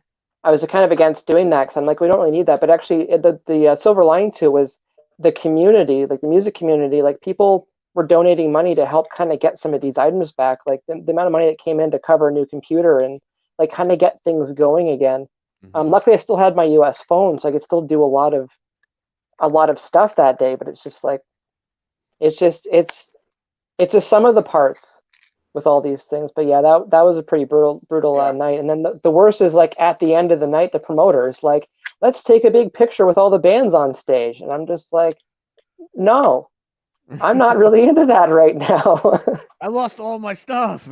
Yeah, just saying. Wait till you read my book. Yeah. There was a lot of things in that bag. No, A lot and of things. So it's just that was like, definitely that was the crappy part of it. Is it wasn't just one night. Like the next day, we had to go to the hotel and look for surveillance.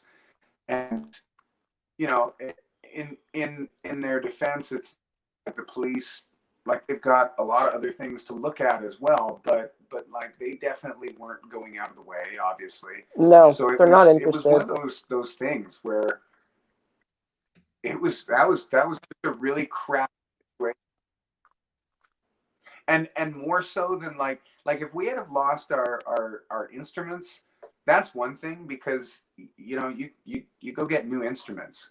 Right. But when you lose personal things, like I've had a laptop stolen before as well, and it's like when you lose things like that, you've always got in the back of your mind that, like, that's your personal property. Like that's you've got notes in there, you've got pictures in there, and whatnot. And like I take a lot of pictures of my butthole, so I don't want to have that all over the place. I'm kidding. They're insane to bring back the light of the conversation. I had to bring the topic up a little bit. Oh my goodness, I don't even. But yeah, that was a low point. That was a tough week where you're just trying to get by with what you have. And Dane saying earlier. Good. Notice they did say it earlier with, like, trying to keep even keel with stuff, and I think that's important when you're in a band, because there's so many times where things look like they're for sure and they don't work out, and then you're back to a low again. It's like, that was definitely one of the lowest points I've ever had as a musician and on tour, because you're disappointed that somebody that probably didn't even care to be at that show because it's a free show leaves that lasting effect on you, and kind of leaves a bad taste in your mouth for that city and for that promoter and for that venue and for, like, so many things around that. And so when people ask, like, why you are the way that you are, it's like, it's because of that night. It's because of that experience. Like, I have to be 99.9% sure to not have to bring my bag to the stage. Dane? It's a big thing though too, learning how to kind of roll with those things on tour, because I will say I feel like 90% of people, if that happened to them, I know I myself, if it happened to me, my initial reaction would be like, I need to go home. I need to go home right now, because like I've lost everything. I have I don't know where my stuff is. I don't have this. I don't have that. I have nothing. I would want to go home. I would want to be with the people that, like my family. I would want to go home and absorb that. And Mike didn't really have that choice, and just kind of it was like the next day we did a little bit of dealing with it, but other than that, it was like after that, it was, you know, he used Brendan's computer to book our hotels and do some of the stuff until he found something else. Brendan's And it was very just old kind computer. of just deal with it. That's still runs. that a lot of bands. Does he still have it? You know, I think when Yes. it comes down, you know, when you have something that drastic happen, your initial reaction is going to be go home, regroup. And yeah, you have no time. You have no time to regroup when you're on tour. Not necessarily always. So okay. No. Well, then let's flip the script here. Sad stories to fun stories, things that might have been strange, something that leaves a great memory for you on tour. Something that could have been fun, could have been a strange night, something happened on stage, something happened backstage with a particular fan, something like that. Let's go with that one. Without naming names. Dane's over here. Okay.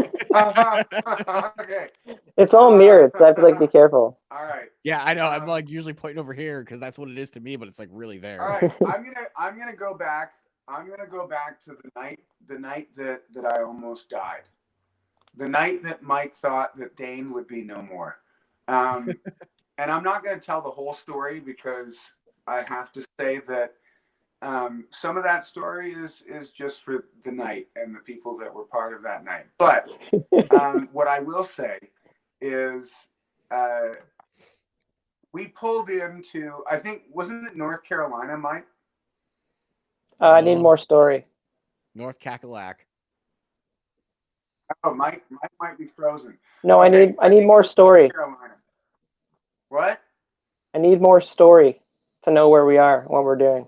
Okay. So more details. Whether it was or whether it wasn't, now it's North Carolina. We pulled into North Carolina. It was pouring rain. And when we pulled in, we realized that the power for the entire area was gone. Oh, yeah. Okay, I know where we're going. And so we were, funny enough, opening up for, we were doing an acoustic show. And so it was us, Shallow Side, and Chris from Trapped. And so we were doing an acoustic show. And we all have to laugh at that. I'm sorry. We all have to laugh at that. And we pulled up. Just I don't know what you're talking about. So we pulled up. So we pulled up, and the power is out in this entire complex. And so we sit around in the van for a little bit, and we see Shallow Side. They're on their bus and stuff, and we end up making our way over to Shallow Side's bus, and we're hanging out with them and chatting with them. And at some point, I can't remember, I think, Mike, it was either you or Cody that was like, why don't we just send them a feed from the generator on the bus? Because at that point, there was a decent crowd in there waiting to hear a show, but there was no air conditioning, there was no anything. Oh, man. And so they ended up sending power from the tour bus to the actual bar. And ran kind of like a limited little sound system. And we decided with Shallow Side that we were going to do a combined acoustic set. So they'd play some songs, we'd play with them, we'd play some songs. Anyways. We had everybody on stage too. That's a lot of band members. Yes. Yeah, it was us and Shallow Side. It was everybody. 11 or 12 people on stage. And so anyways, I said to Cody at one point when we were on the bus, I was like, man, you should send the bar owner a message and be like, we had to turn the air conditioner off in the bus so that we could power the venue and not kill the Jenny. So we're getting kind of thirsty. And so the bar owner sent out a case of beer and a bottle of Jack or something like that. And so the night started there. I remember at some point us making up some funny little skit that we were going to do while we were playing Sweet Home Alabama where I interjected and started singing Sweet Home in Canada. And then that kind of went into something else. I remember at some point Chris came up and started singing, what was the tune? It was a Tool song. Anyways, point being, at the end of the night, we ended up back on Shallow-Side's bus and just hanging out and having some beers before everybody went to their respective corners. And I remember the night up until that point. I think I tried to put someone on my shoulders at one point and fell down. And wait a minute. Actually, hold on. God bless their soul. Kim is piping in and saying, I have a picture of someone on Dane's back from that night. On my shoulders? On your shoulders from that night. That makes sense. That would be wicked. How do we see that? I don't know. Kim, put it on the feed. Kim, go ahead and put it in the comments section, please. Add it to the comments section. Now, I'll figure out how I can get it onto this. The part of this that becomes the day that I almost died was Shallow-Side had one defect to their tour bus. When you open a tour bus, normally when you push the door open, there's like a little ramp thingy with stairs that pops two steps. Usually 2 steps. Yeah. The almighty 2 steps that forever take him down. Dane, taken down by the 2-step. Oh, just wait. I gotta be honest, Dane was not taken down. But so I go to walk off the tour bus and I had a beer in my hand. Just wait a second. Keep in mind it's pitch black still. Okay. Because the power's still out. It's pitch black. Okay. Yeah. Dane, go. Actually, Mike, you probably tell this part better than I do because I don't remember it at all. Yeah, no, I remember it because we were leaving the Shallow-Side bus after, and yeah, when you open the door to most buses, like 99%, there's like 2 steps. Theirs has 1 step. So Dane walking off the bus, he kind of like did an airwalk for a second because I could see the silhouette with the beer in the hand. And then he just like started going forward, and then like physics took over, and he fell kind of face first. But there's like a curb there as well, and I was thinking like, like made for TV movies and stuff like that, where it just fades to black and white, and there's the sad music. It's like something really bad happened, and then like they would either roll credits or said like 1985. So I thought Dane was done. I thought he was done. So I thought he went like head first into this curb. Somewhat inebriated, pitch black. I'm like, all right, well, we're gonna need a guitar player soon, like now. but Dane like managed to like hold the beer up. The beer was just foaming. He was kind of like, I'm okay. And he had like kind of some abrasions on it. Yeah, exactly. And then of course now it's foaming beer. And what does anyone that has a foaming beer try to do? They've got to block it to make sure you're not losing any beer. And yeah, Dane, I thought Dane was pretty close to being a goner. And he's laughing in his video feed right now. Yeah. Yeah, that was a fun night though. That's a really good. That's a good pick, Dane. Because yeah, that when it was everyone a really good night. Because like full disclosure, the guys know I don't like jamming. I'm not a jamming musician. Really? So but like with the Shallow-Side guys, like they jam, and we're on their bus. They start playing songs and stuff, and I'm like, wow, this sounds really good. And because you guys do this, you guys just play covers and like right. Tons of songs, and you'll just jam through it. And like I'm not jammy. Like I'd like to know what we're doing, and like I just want to run the plays and play the songs and stuff. Like a lot more structure.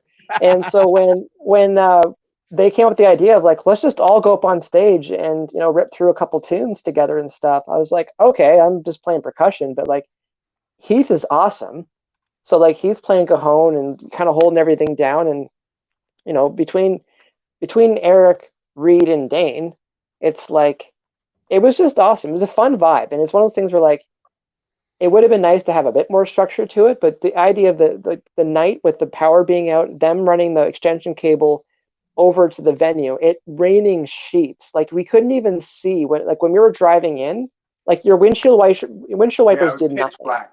It was so crap weather. Yeah. And what it kind of turned into is like it was a pretty special night with just like, you know, a few candles and you know the basic PA system, and then yeah, you get 8 musicians on a stage that are like, let's just do something, you know, let's rip through a few tunes and stuff. It was pretty fun. And then Dane almost died. So. Yeah. It's not a good story unless Yeah, Dane it's one of almost my dies. All right, so Mike, I gotta what's be yours? honest. Oh, There's, wait, there's Dane, a few finish. stories that Dane almost dies. All right, Mike. So what's yours? That's super fun on tour. Mm-hmm. Yeah, while Dane was telling a story, I didn't even think of one. I don't know, like it's. I want to say come back to me on that one because I can't really think of something that was like crazy fun. Because I'm trying to think of some of the festivals that we played and stuff like that. I would say actually our first taste of Madison. I'm not saying I'm clairvoyant or can see the future and stuff, but like sometimes I think of these things and I'm like, no, that'll happen someday. And I remember like only thing that was wrong is that the entrance to the stage was on the wrong side. But I remember when we walked out to play first taste of Madison, just the crowd that was there, the stage, everything, like it was pretty awesome, and it was just a really fun show, really fun day. So Yeah, I I always don't know, hear I the can't really crowds think. there are great. Yeah, it was just a fun experience, but also something that I kind of envisioned, or just like, you know, it'd be nice to go in front of a crowd like that because we've done gigs like that before. Um, yeah, I'm trying to go through the you know, the past shows and stuff. There's ones where I've had like surreal moments, but as far as like that was a super fun show. Like I think in real time they're all pretty fun. So Okay. yeah, Very good. it's a weird question. It's easier to think of the lows. It's like they're like pinpoints. It's like, oh, I remember that like Oh yeah, super well. they come easiest to your memory no matter what. So All right, cool. Well, let's start wrapping things Yeah. up because this feed has been going on for like an hour and 50 minutes now. So, Mike, I will go ahead and let you run, man. I appreciate you being a part of this. sounds good. Thanks for having me. Thank you, brother. Appreciate you. We'll go ahead and let you go. Any last words though before you go? Uh, thanks everyone that took part in the pre-sale and bought the record. It helps independent bands. Thank you very much. And Wes, Yes. thanks for having me. Thanks for having Yeah, us. dude, absolutely. And thank you for coming on board. The new album is out, Echo, so make sure you go and get that, even though Dane does not know how to spell it. So go get that. I'm gonna pop on here and finish out with Dane. Mike, thank you so much. We appreciate you. Love you, brother. Can't wait to see you again sometime soon. You know, Thanks when all again. this is done. Yes. All right. Thanks, brother. We'll All right, talk see to you you guys. soon. Bye. All right, so Dane, we're down to just me and you. Let's go ahead Bye, and finish out, man. What's Strange. that? Are you freezing on me again? I can hear you now. Oh, okay, perfect. All right, well, let's go ahead and finish out, No, man. dude, it only freezes when there's the 3 of us in. For some reason. Well, you know what? Let's go ahead and finish out because I know you want to play acoustic. So let's finish out with an acoustic song. You cool with that? Yeah, man, I'd love to. All right, let's do it. What you Whatever feel like hearing? What do you want to play? I mean, what Why do you don't want to play? Why don't I play the song that we're throwing you guys? All right, so best mistake. Oh, there we go. Yeah. All right, let's hopefully your end continues and keeps up on the feed. All right, go. I hope you can. You're choppy now. You're choppy now on me, man. If it doesn't pretend, just pretend that I played it really, really good. All right, everybody, for those of you watching right now, this went extremely well. Everybody clap no matter where you are and pretend like this is the most amazing acoustic performance you ever heard. Here we go. I'm going to give it to Dane. I'm going to bow out. It's Dane's solo now. Kind of like fair. You don't clap it. happen.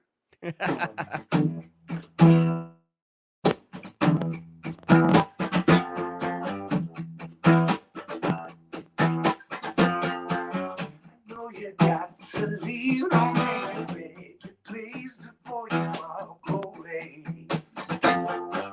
I see the look in your eyes. I'm gonna make you cry. Why don't you come and play? I just can't stand the thought of you with someone else. Let's make the best mistake we ever made. We just can't throw it away, can't throw it away. 'Cause I'm your best mistake. I'm your best mistake. I don't know what I could do between me and you, make it worth your while. It's hard to see you go, just need a little more. Let's try to change your mind. I just can't stand the thought of you, someone else. Oh, let's make the best mistake we ever made. We just can't throw it away, can't throw it away. 'Cause I'm your best mistake. I am the best mistake ever made. We just can't throw it away, throw it away. 'Cause I'm your best mistake. I'm your best mistake. I'm your best mistake. I'm your best mistake. Your best mistake.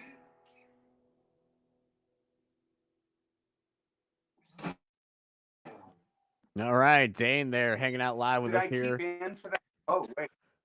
Oh, there we are. You're back. You were fine the whole time. Oh yeah, there's my belt. Coming back You with got it. the belt. Yeah, oh yeah, gotta have the belt in here. You were fine the whole time, man. So yeah, that worked out perfect, dude. Wait. Do you want to do one more before we bow out? Up to you. I'm I'd not love pressuring. to. No, I'd love to. This is another one off the album. So those who haven't gotten the album, please go check it out. Spotify, YouTube, all of those things. Or to go to tensemachine.com. You can find us there. This song's called Don't Want to Fight.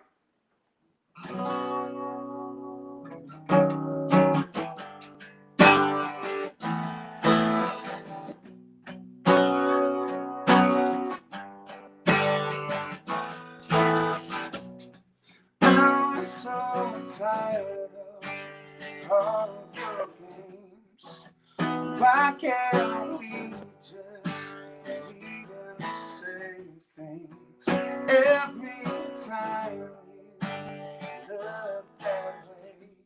I feel like we'll never be the same. Then you fall. I should walk away today. I could have thrown it all away. I could have done it all alone. But don't fight now.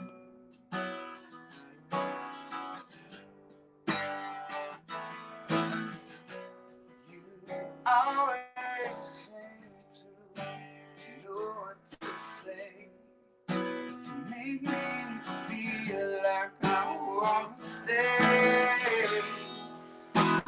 You, oh, I walk away today, and I should run it all away. I could have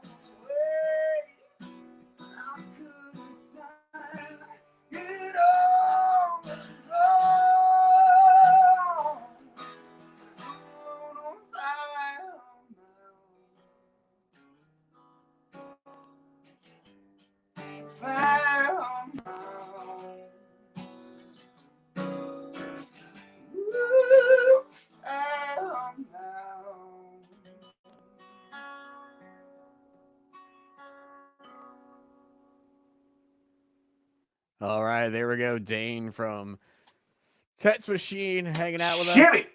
Shibby. Tets Machine, the new album Echoes out now. Can you do me one Yeah. favor real quick, though? I've got to hear what the chorus of Sweet Home Canada would have sounded like. Are you talking? I am. Can you hear me? I can't hear a word you're saying. I'm totally talking right now. My mic is not muted. All right, sign language.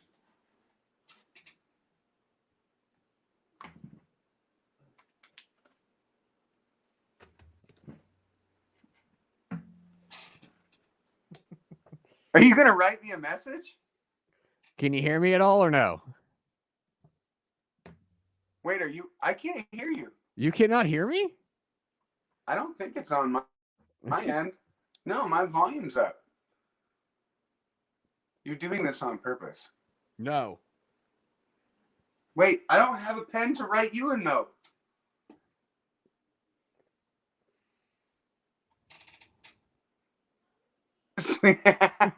You want Sweet Home in Canada? Sweet Home Canada.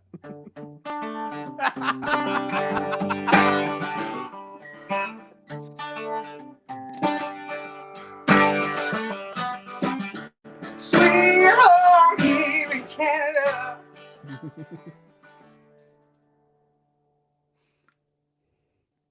Oh, you were drawing. Okay, you interrupt. Okay, so we'll do the outro on Sweet Home Canada.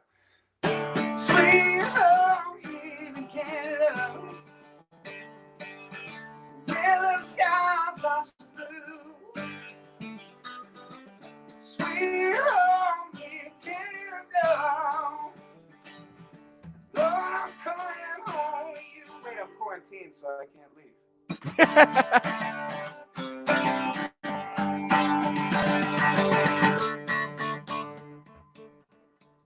Yeah.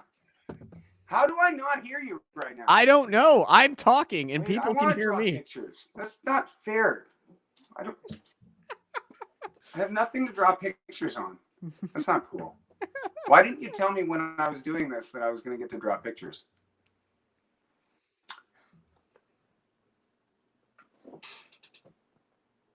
Are we paying Pictionary? Yeah. Honestly, that's a new segment. Silent Pictionary over Livestream. That'll be that'll get people intrigued. I honestly can't hear you at all. I don't know why. I'm literally on. I am on. I am on right now. Where we say goodbye. Can you hear me? No, I can hear you. You can hear me. Yeah. Hold on. Okay, so I get Mike, you're back in. I'm sorry, because apparently Dane can't hear me. Story time. I was just saying it's better Dane isn't drawing pictures. I'm gonna do this Carlo Guthrie. And yes, I can hear both of you. Yeah, everybody can hear us, but Dane can't hear me apparently. So there I was walking down the street. Now I wanted to go get some hamburger. I wanted to make some burgers. I was gonna make a chili dog, but I didn't have any chili. All right, that's all I got. Oh, come on! Next record. Mike. There you go. Okay, wait a minute. I can hear you, but why can't I hear? Wait, why can't he hear me? I'm totally on. Selective hearing. Yeah, exactly. I'm totally agreeing. You relay my message to him then. All right. Well, let's go ahead and talk through me. Yeah. Yeah, let's go ahead and sign off. This is his way of getting us off. We've been on here for 2 hours. 2 hours. Like, all right, guys. Like, I'm just gonna pretend that I can't hear you and you can't hear me. Let's just stop this. Let's just stop this silliness. Oh man, this is great. All right, well then let's say our goodbye. All right, love you. Thank you, Wes. Honestly, thank you for having us on. It has been a massive pleasure to sit and jibber jaw with you for God, I can't believe we passed 2 hours. It feels like it's been like 5 minutes. Yeah, totally. I would love to do a happy hour with you. Definitely looking forward to tomorrow and the next couple days with the other guests that you've got coming on. So thank you so much to everybody that tuned in. Mike, thank you. Hope to see you when this quarantine ends and we can have our pillow wall again. Yep. All right. Later, everybody. Other Bye, Dane. Hold story on. next Mike, time. don't go anywhere. Hold on. Wait, what's the pillow wall? Pillow. Okay, when we're on tour because we're all sharing beds, Oh, I got it. Yep. and that was there's sometimes there's a system of like one person sleeps on top of the flat sheet, one person, and that just keeps people from ending up on the wrong side of the border there. But the pillow wall was a system that Dane and I had because usually most beds have like 4 pillows, so we'd have the pillow wall between us to Gotcha. act as the barrier. So it's a pretty good system. It's a good system. It's a great system. It's a good idea. Well, hey, listen, Yeah. I appreciate you jumping in with us. I know it wasn't meant to happen or scheduled to happen, so I appreciate you coming in. Thank your wife fun. for having you, for like giving us the time. So well, I'm gonna go right into my gaming live stream. So Oh, there you go. No, what's your gaming yeah, live stream so people can go jump on that it's too? Hey Langford Gaming. I think I'm gonna play hockey tonight because I'm missing hockey a lot. So Oh, I know, get a man. few games in. Get a few games in tonight. All right, go check out Mike on the live stream there. Thank you for checking out Happy Hour Live. We will be Thanks back again, Wes. tomorrow with Lizzie Hale, and then on Thursday Excellent. with Brent Smith. And well, dude, you guys are always welcome to come back. This was fantastic. Anytime you'll have us. All right, we're peace out. See you guys later. Sounds good.